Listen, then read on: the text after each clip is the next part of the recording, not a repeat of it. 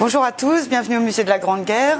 Aujourd'hui, nous allons aborder une science particulière qui s'appelle la généalogie. C'est l'étude de nos ancêtres particulière, mais je crois à vérifier que c'est la science qui est la plus pratiquée dans le monde.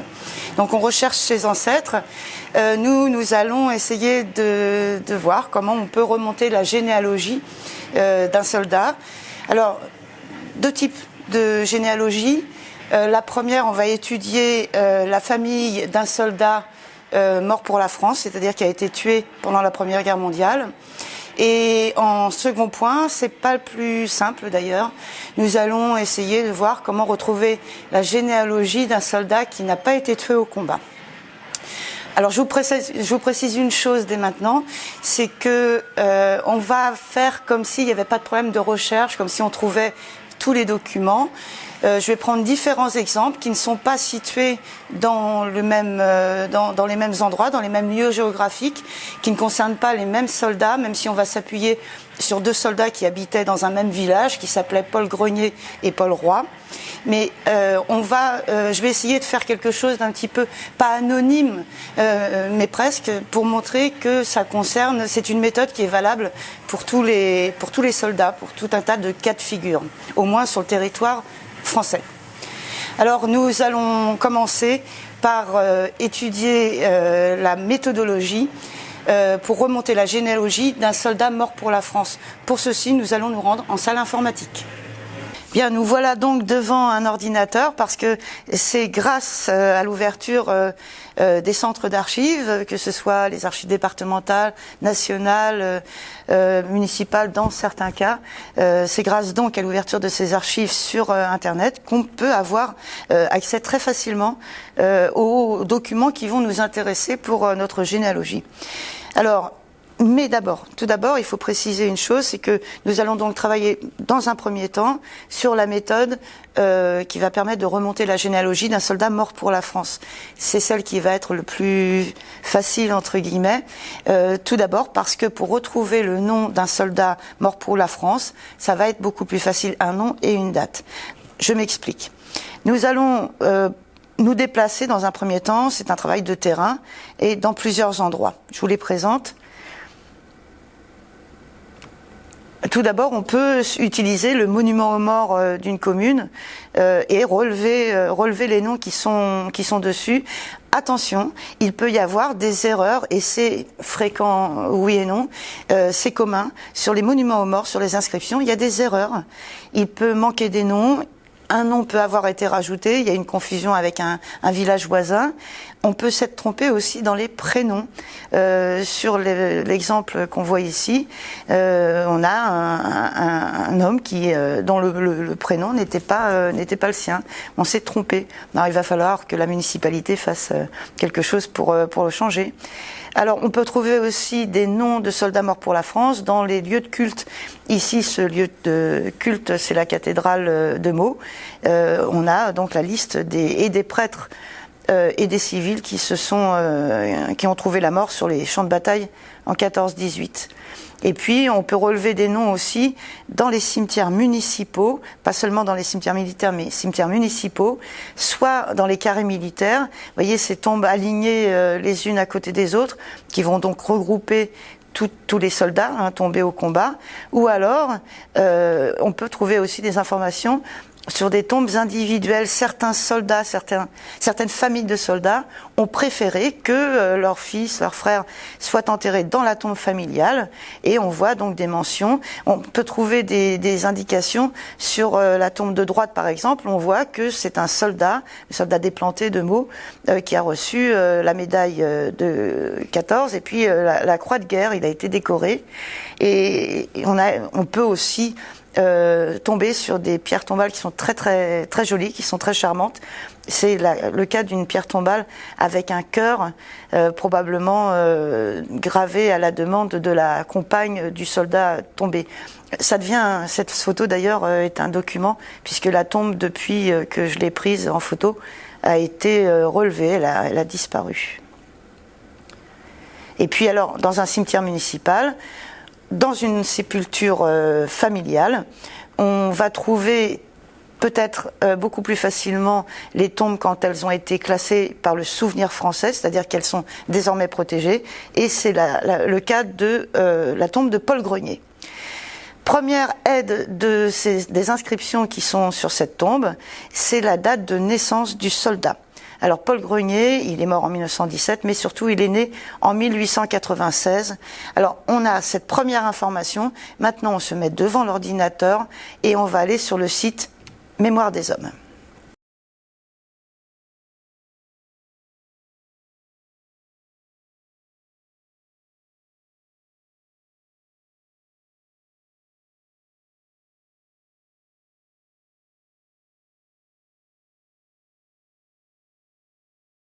Alors voilà, nous voilà sur le site Mémoire des hommes. On va aller directement sur la partie qui concerne la Première Guerre mondiale. Ensuite, sur la partie qui concerne les morts pour la France. Et ensuite, on va cliquer sur l'onglet « Faire une recherche ». Et voilà où on arrive. Donc c'est la base des morts pour la France. On ne se casse pas la tête forcément. On va taper le nom et le prénom du soldat. Attention, il y a une difficulté peut-être qu'on va contourner. Alors, on va essayer de trouver Paul Grenier. Donc, on tape Paul Grenier et voilà où on tombe. On tombe sur une liste des Paul Grenier qui sont morts pour la France en 14-18. On en cherche un qui va être né en 1896 puisqu'on a l'information, sauf que, on en a deux qui sont concernés. Et moi, j'ai bien regardé, et ben, c'est pas du tout le nôtre. C'est pas notre Paul Grenier à nous. Qu'est-ce qui se passe? Dans ce cas-là, on va contourner. Regardez, on revient sur la page de recherche. Et au niveau du prénom, on va marquer, non pas commence par, mais on va marquer contient. Contient le prénom Paul. Là, c'est l'exemple de Charles Péguy sur lequel j'ai travaillé. Et à partir du moment où on marque contient, là, on a une autre liste qui apparaît. Et on le trouve, notre Paul Grenier, il est né le 22 juin 1896. Il s'appelait pas Paul, il s'appelait Gustave Paul René. Mais Paul, c'était son prénom d'usage. Et c'est comme ça qu'il est marqué aussi sur le monument aux morts, tout le monde l'appelait Paul. J'ai rencontré sa famille, c'était le cas aussi. Donc vous voyez, en mettant contient pour le prénom, on va éviter de traîner ou de manquer une information. Et puis là, on voit donc qu'il est né en Seine-Saint-Denis. Alors, avant, à l'époque de la naissance de Paul, c'était en Seine-et-Oise. Alors, on va procéder maintenant à une étape supplémentaire. On va sortir, toujours sur le site Mémoire des hommes, on va sortir la fiche militaire de Paul. Et c'est une image, hein, tout simplement, c'est sur la grille que je vous ai montré tout à l'heure. Et on va tout de suite essayer de repérer sa date de naissance, son lieu de naissance, donc 22 juin 1896, à Aulnay-sous-Bois, dans le département de la Seine-et-Oise. Là maintenant, on va quitter le site Mémoire des hommes, on va aller sur un deuxième site, c'est celui des archives départementales.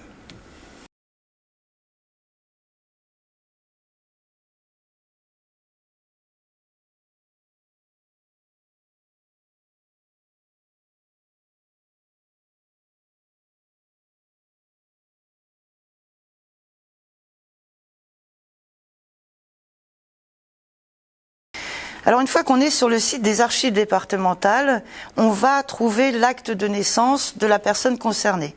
C'est très facile d'arriver sur un site des archives départementales, vous tapez AD et le numéro actuel du département. Par exemple, si on travaille sur la Seine-et-Marne, ça va faire AD 77. Alors, dans le cas de Paul, il est né en Seine-et-Oise, ça n'existe plus depuis 1968. Donc on va taper 93, AD 93, puisque Aulnay-sous-Bois maintenant c'est en Seine-Saint-Denis. Alors on tape AD plus le numéro du département, ensuite on va cliquer sur Archives en ligne, ensuite on va cliquer sur État civil, ensuite on va cliquer sur la commune de naissance, donc Aulnay-sous-Bois, et ensuite on va inscrire une date approximative ou exacte, et nous on a tapé 1896, bien évidemment, et on est tombé sur son acte de naissance, l'acte de naissance de Paul Grenier. On le voit, et on a plusieurs informations sur cette première partie d'acte. Donc on a l'information 1896, 23 juin, attention à retenir. On a aussi Gustave Grenier, garçon de magasin, 30 ans en 1896. Donc, s'il a 30 ans en 1896, ça veut dire qu'il est né à peu près vers 1866. Et puis, deuxième partie de l'acte, on voit qu'on a la déclaration de la naissance de l'enfant, c'était la veille. Donc, il n'est pas né, l'acte date du 23, mais l'enfant est né le 22. Donc, à Aulnay-sous-Bois, on le savait. Les prénoms, c'est Gustave Paul René. Le père, c'était Gustave Grenier. Et la mère, Caroline Carpentier, qui a 34 ans à ce moment-là. Et ben voilà. Donc, ça y est, on sait comment retrouver un acte de naissance. On va faire la même chose pour le père et la mère de Paul. On va prendre la date approximative de 1866, la commune, etc., etc. Et comme ça, on va réussir à remonter un petit peu la généalogie. Alors, on va élaborer tout de suite l'arbre généalogique dès le début de la recherche. La généalogie, c'est de la méthode. C'est extrêmement important. Et en plus, ça concrétise la recherche. Ça veut dire qu'on a déjà des premières informations.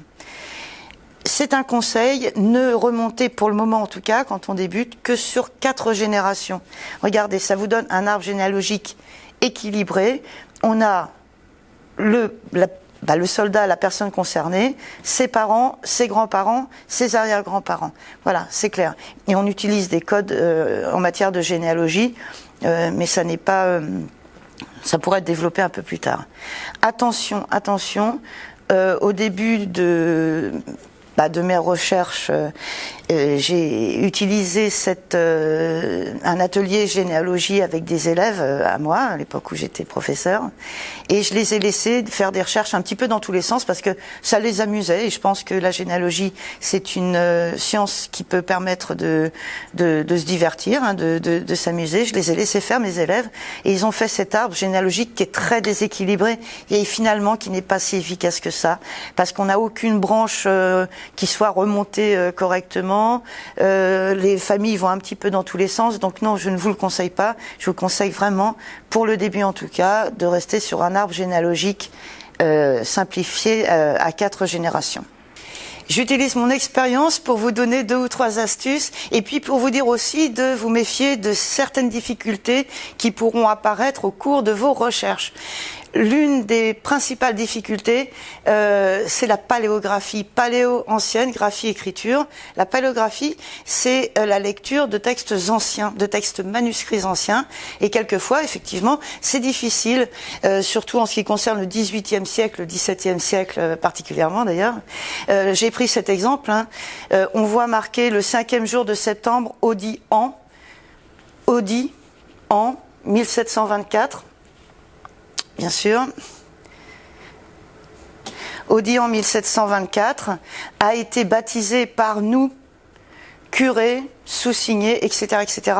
Donc là, on a vraiment, il faut avoir une certaine habitude de la paléographie, même si ça n'est pas le cas pour les dates postérieures, hein, 19e siècle, le 19e se lit parfaitement. Autre difficulté, c'est quand la personne qui a rempli les informations, les registres, n'a pas fait très sérieusement son travail. Je pense surtout aux registres paroissiaux, donc qui étaient remplis par les prêtres, hein, les curés des paroisses, avant que Napoléon Ier ne transforme tout ça en acte civil, hein, dans les registres d'état civil. Et on voit par exemple pour une petite commune qui est non loin d'ici, que le curé il a été un petit peu négligent. On voit 3 extraits d'actes. Sur celui-ci, on voit c'est un mariage, et on voit que la jeune femme âgée de 30 ans et quelques années. Il y a à peu près 30 ans. C'est pas une indication, d'autant plus que j'ai vérifié, et dans le même registre, il y a son acte de naissance à la jeune fille. On peut aussi avoir des blancs, c'est-à-dire qu'avant la cérémonie, quelle qu'elle soit, le curé commençait à remplir, à écrire les généralités, et il laissait des blancs à remplir après la cérémonie. Mais quelquefois, il ne le faisait pas. Et on voit par exemple ici, donc par le curé sous-signé, donc on pense que c'est un garçon, on imagine, né d'hier, etc., etc. Les parents maintenant, donc le père est vigneron de ce lieu, et de, je sais pas quoi, Cholin, donc ça c'est la mère, hein, donc sa femme. Et l'enfant donc qui a été nommé Donc on ne sait pas. Là, c'est vraiment un acte qui ne sert pas à grand-chose. Et puis dernière chose, il peut être aussi distrait.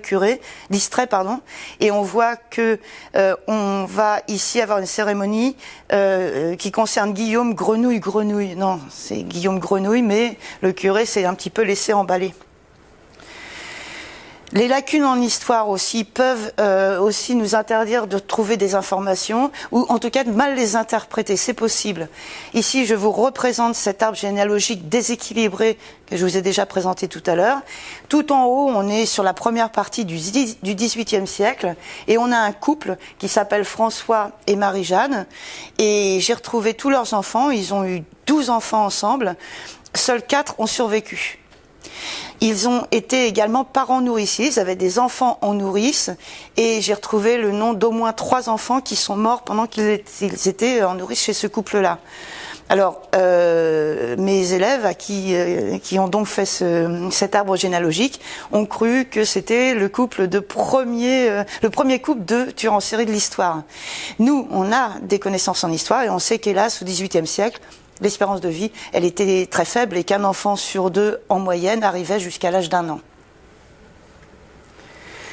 Et puis on peut élargir la recherche de 2 façons, pas que de 2 façons, mais par exemple de 2 façons, en se rendant aux archives municipales et en demandant à consulter des registres d'état civil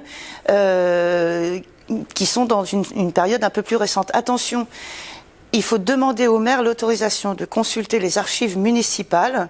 Il peut très bien le refuser. Le maire, c'est le garant des archives de son village ou de sa commune en tout cas.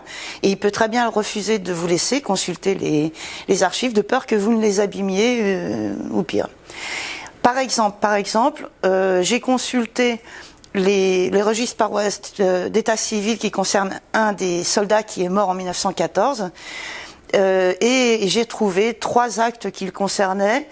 Il a eu une fille qui est née en 1911, une autre en 1912 et une autre en 1914. Ça veut dire que quand il est tombé en septembre 1914, ce soldat laissait 3 filles qui sont devenues pupilles de la nation. Pour élargir enfin la recherche, on peut utiliser, ça va être sur le site des archives départementales, même système, on tape AD et le numéro du département, et c'est ce qu'on appelle les recensements de population. Nous on le fait aussi, on est recensé tous les 5 ans au moins en France, et on va retrouver des informations sur la localisation de la famille, sur la composition de la famille, sur la fratrie également. C'est à peu près toujours, ces registres contiennent à peu près toujours les mêmes informations, le nom, le prénom, ici donc Bonnet Jean-Émile. Ici, cette colonne, c'est la situation de famille. Donc lui, il était garçon, ça veut dire célibataire. Oui, parce qu'il avait 4 ans, ça c'est l'âge. Et puis on voit là, ici, normalement, on met le métier. Soit lui qui était meulier, le père, la femme sans profession. Et donc le fameux fils de 4 ans, le scripteur, celui qui a rempli le registre, a cru bon de noter leur fils vivant du travail de ses parents. À 4 ans, quand même, quel drôle d'enfant. Alors nous voilà ici maintenant au point où on va aborder la façon de remonter la généalogie d'un soldat qui n'a pas été tué pendant la Première Guerre mondiale. Alors c'est moins facile parce qu'on a moins de documents, on a moins de lieux auxquels se référer pour trouver le début, le commencement de la recherche. On va voir comment il est possible de procéder. Il va falloir se déplacer et où commence-t-on ? Eh bien on va commencer dans un cimetière. Curieusement, on va se rendre au cimetière pour voir quelqu'un qui n'est pas mort pendant la Première Guerre mondiale. Oui, d'accord, mais c'était de toute façon il y a 100 ans. Donc c'est une personne qui est décédée actuellement. On prend le deuxième exemple du village. Le premier, c'était Paul Grenier. Le second, c'est Paul Roy. Et sur sa tombe, dans le village, dans le cimetière municipal, on voit marquer ces dates extrêmes, c'est-à-dire 1898-1958. Donc même chose, on va se servir de la date de naissance de Paul Roy pour retrouver des informations et remonter sa généalogie. Alors, il faut retrouver soit son acte de naissance, on l'a vu déjà, on sait comment le faire aux archives départementales. Alors, soit on peut aussi retrouver sa fiche matricule. Tous les hommes, tous les soldats, tous les hommes d'ailleurs, même les soldats qui n'étaient pas professionnels, tous avaient une fiche matricule. Tous, absolument. Donc, il faut se rendre sur le site des archives départementales. Il faut retrouver, en général, tout le monde l'a mis en ligne pendant la période du centenaire. Donc, cherchez répertoire alphabétique et registre matricule. Et vous avez là plusieurs choix. Vous avez, par exemple, en Seine-et-Marne, on avait 3 subdivisions militaires. Il faut la choisir. Il faut la déterminer. Moi, comme ça concernait une commune proche d'ici, j'ai choisi la subdivision militaire de Coulommiers. Et puis ensuite, attention, soit on prend le répertoire alphabétique de recensement militaire, soit le registre matricule militaire. Mais ça, c'est une fiche individuelle. Donc, on va commencer par le répertoire alphabétique parce qu'il va nous falloir un numéro pour retrouver la fiche du soldat. Donc, on prend la table alphabétique, on prend la date et chaque date qui correspond à ce qu'on appelle la classe du soldat. La classe d'un soldat, c'est l'année où il a eu 20 ans. Paul Roy, il est né en 1897, donc il a eu 20 ans en 1917. Donc c'est la classe 1917. On cherche donc la table alphabétique 1917. Dans cette table, on trouve le numéro de matricule. Par exemple, pour Paul Roy, c'est 889. On sort de cette première partie, on retourne dans la deuxième partie, on va chercher donc la fiche matricule individuelle. Et voilà, je vous en montre juste un extrait et on va trouver plein d'informations sur l'adresse de Paul, l'adresse exacte, ses parents, etc. Et on va trouver aussi sa fiche, sa description physique. Hein, par exemple, ici, on voit que Paul avait les cheveux, il était châtain, les yeux marrons, le nez rectiligne et qui mesurait 1,77 m. Hein, c'est assez émouvant d'avoir ce type de description. Petit cadeau, petit plus, on sort un petit peu de la généalogie pure et puis je pense que c'est important quand même d'essayer de se renseigner sur le parcours militaire du soldat. Voilà, ça va prendre quelques minutes. On recherche, on retrouve au niveau des archives départementales la fiche matricule. On a donc des informations sur le régiment des soldats. On va aller sur le site Mémoire des hommes dont on a déjà parlé. Ensuite, on prend soldats tombés morts pour la France, mais au lieu de prendre une recherche individuelle, on va prendre le journal de marche et opération, ce qu'on appelle un JMO, et qui va concerner uniquement un régiment. C'est la feuille de route, si vous voulez, c'est le journal intime, j'allais dire, du régiment. Je vous montre par exemple cette fiche qui est d'un autre soldat, mais peu importe, au contraire. Et on voit donc sur sa fiche militaire, parce qu'il est tombé pour la France, il est mort en 1914, en octobre.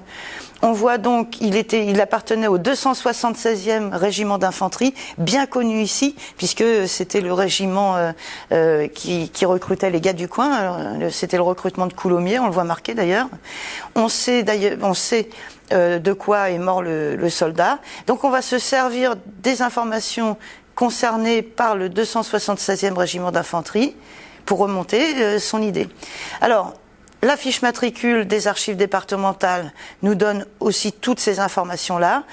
On a l'exemple d'un des frères Boyer, Louis Boyer, qui a appartenu au 106e RI, puis au 94e RI.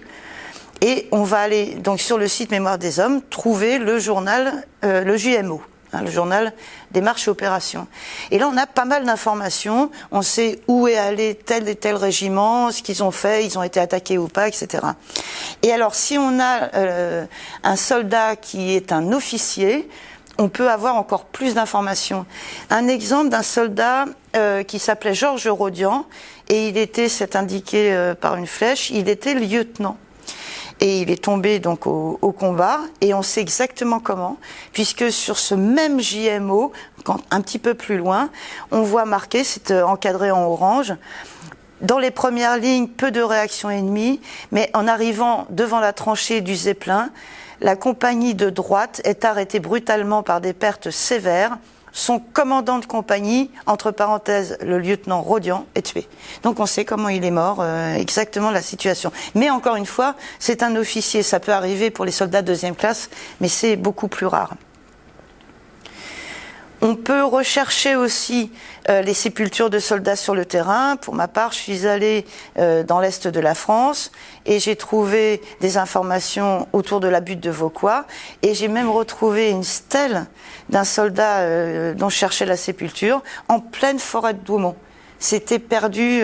Voilà, donc il faut avoir l'œil, il faut avoir des bonnes jambes aussi. Et comme c'est dans l'est de la France, il ne faut pas avoir peur de la pluie.